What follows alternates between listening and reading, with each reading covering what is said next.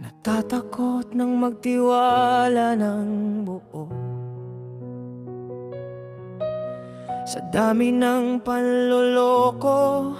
Pangakong napako, ang salitang binibitawan, di na agad pinaniniwalaan. Dahil lahat kong inalay, hindi man lang ipinaglaban.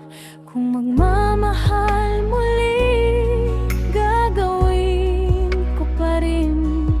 Pero hindi na lubos, sapat lang damdamin. Kung masaktan man ulit, hindi na labis ang hapdi. Sapagkat alam ko na hindi ako ang magiging talo sa huli. Ito ang na iniwan ng nakaraan.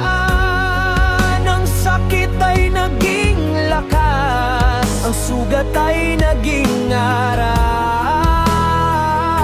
Salamat sa lahat ng pinagdaanan, mabuti man o masama.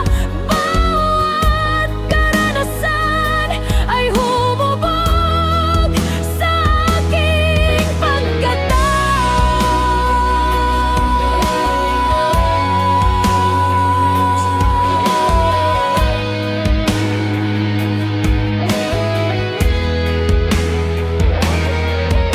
Natuto akong pahalagahan muna ang sarili.